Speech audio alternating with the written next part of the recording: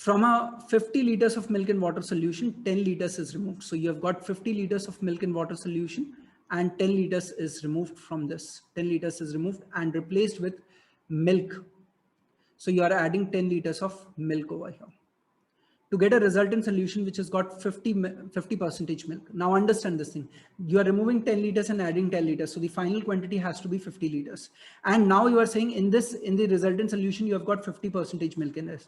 That means you have got 25 as the quantity of water and 25 as the quantity of milk, right? And you had started with 50 liters of milk and water solution. You don't know what was the ratio of milk and water.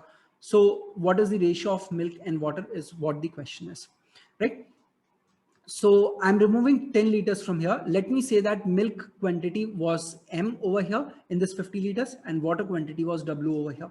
Now you are removing 10 liters from this. So after this removal step, your quantity of water will also change and your quantity of milk will also change. And then addition of milk over here, only the quantity of milk will change. So what will not change is water, right? So I'm going to hold on to water because only removal is going to impact my quantity of water. So let's say suppose W was the quantity of water over here.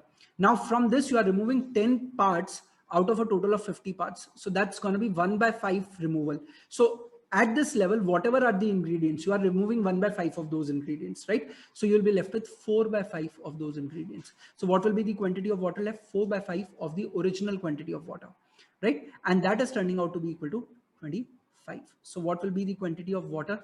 Your quantity of water will be 25 into 5. That's going to be 125/4. Your quantity of water initially was 125/4. What was the quantity of milk initially? That's going to be 50 minus 125/4. So that's going to be equal to 200 minus 125. That's going to be 75/4. So your quantity of milk will be 75/4 and your quantity of water will be 125/4. So if you now take the ratio, it's going to be 3:5. So 3:5 will be the initial ratio of milk to water.